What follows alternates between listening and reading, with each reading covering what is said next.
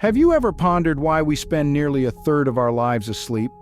It's a fascinating question, isn't it? Sleep, a state of rest that we all crave after a long day, is something that's often taken for granted. But it's far more than just a time for us to recharge. It's a crucial part of our lives that affects our health, mood, and even our longevity. Now let's talk about the structure of sleep. It's divided into two main stages: rapid eye movement, or REM sleep, and non-REM sleep. Each has a unique role. REM sleep is when most dreaming happens and is thought to play a part in learning and memory. Non-REM sleep, on the other hand, is when your body repairs and grows. And then there are sleep cycles, the repeated pattern of non-REM and REM sleep. Each cycle lasts about 90 minutes and is vital in maintaining our overall sleep health. Understanding the basics of sleep sets the stage for a deeper dive into its complex world. But what happens in our brains when we drift off into slumberland? Well, let's delve into the fascinating world of the physiology of sleep. The brain doesn't merely switch off when we sleep. Instead, it's engaged in a highly complex and active process, one that is essential for our overall health and well-being. Firstly, let's talk about how the brain regulates sleep.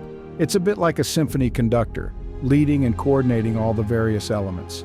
Two systems play key roles in this process: the circadian rhythm and the sleep-wake homeostasis.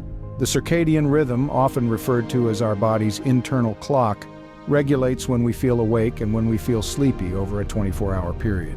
Simultaneously, the sleep-wake homeostasis keeps track of our need for sleep, based on how long we've been awake. Now, what about those tiny yet mighty chemicals in our brains, the neurotransmitters? They're the unsung heroes of our sleep process. Neurotransmitters like serotonin and norepinephrine keep some parts of the brain active while we're awake. When we start to fall asleep, these chemicals decrease, and other neurotransmitters like GABA and galanin, which promote sleep, come into play. But why is all this sleep business so important? This is where the impact of sleep on our physical health comes into focus. Sleep is the body's time for restoration and repair. It's when the brain sorts and stores our memories and when our cells regenerate. Sleep supports growth and development in children and boosts immune function in people of all ages. Research has shown that chronic sleep deprivation can lead to a host of health problems, including obesity, diabetes, cardiovascular disease, and even early mortality. So next time you consider pulling an all-nighter, remember that sleep isn't just about resting or dreaming. It's a critical part of our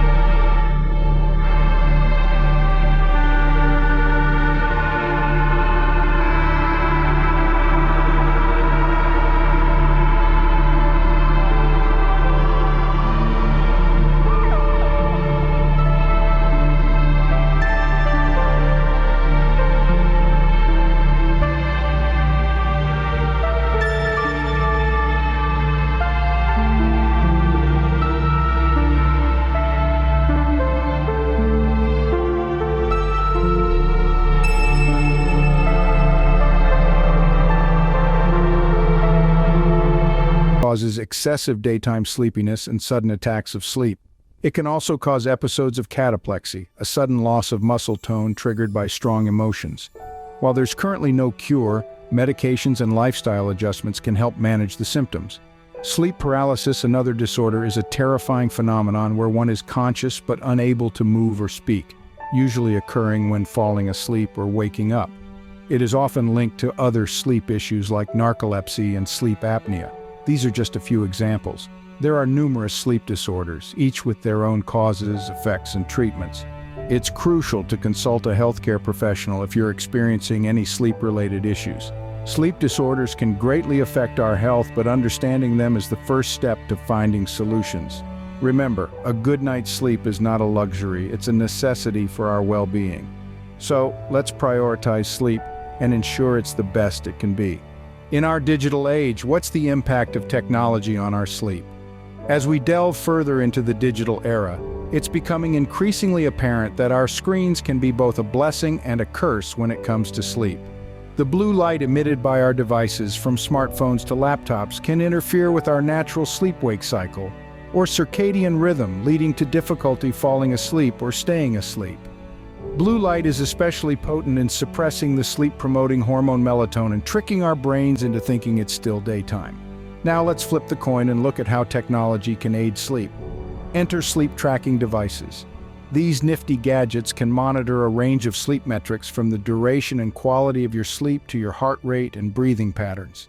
They can provide valuable insights into your sleep habits, helping you understand what might be disrupting your sleep or what helps you sleep better. However, it's important to remember that while these devices can be useful tools, they are not infallible. They can sometimes provide inaccurate data or fail to capture the full complexity of sleep. Moreover, they should not replace professional medical advice if you're experiencing serious sleep issues. So how do we strike a balance? Simply put, mindful use of technology is key.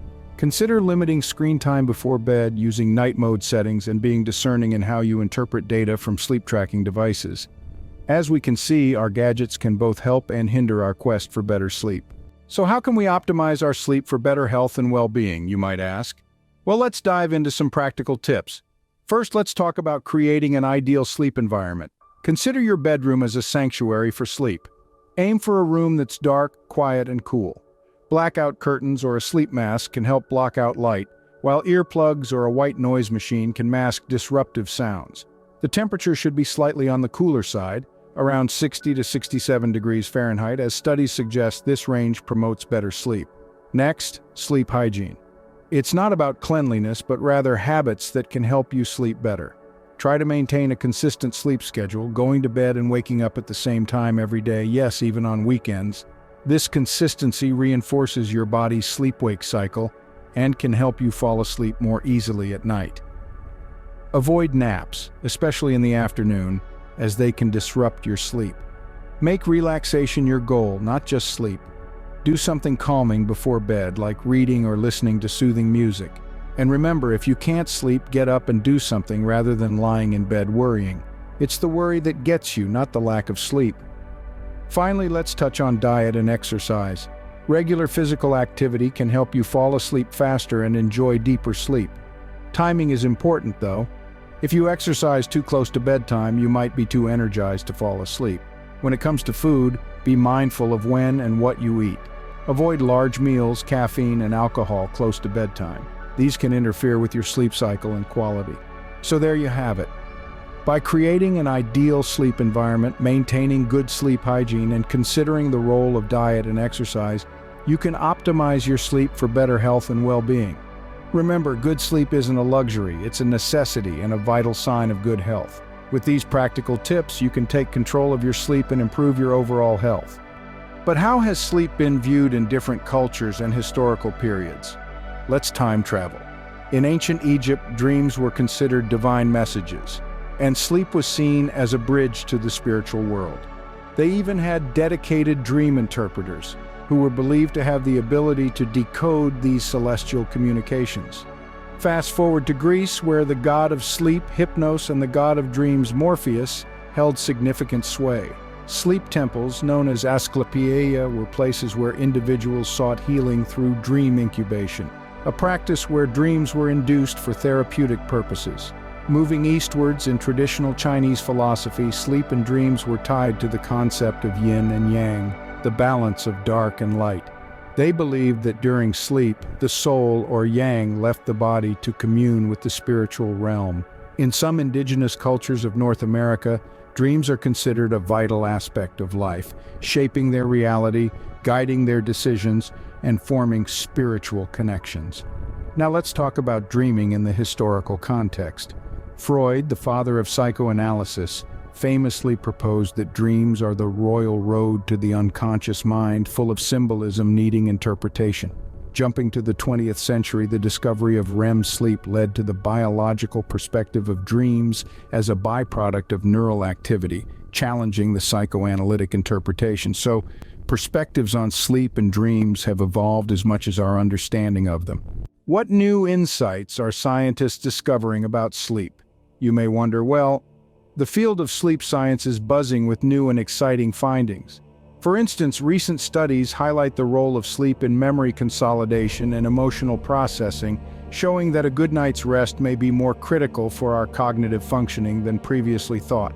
In the realm of dreaming, scientists are delving into the phenomena of lucid dreaming, researching ways to induce this state of conscious control within our dreams. This could potentially open new avenues for therapy and self-exploration. Looking ahead, the future of sleep studies is promising. With advancements in technology, we're seeing the rise of sleep tracking devices that provide detailed insights into our sleep patterns. These tools could revolutionize our understanding and management of sleep, enabling personalized sleep interventions. And let's not forget about the potential of artificial intelligence in sleep research. As we continue to explore sleep's mysteries, who knows what we'll discover next? What are some common myths and questions about sleep? Let's dive right in. A popular myth is that adults need less sleep as they get older, but that's not true. Regardless of age, adults typically need between 7 and 9 hours of sleep each night. Another common misconception is that you can catch up on lost sleep during the weekends. Unfortunately, this is not the case. Consistency is key when it comes to sleep health. Now let's answer some frequently asked questions. Can we control our dreams?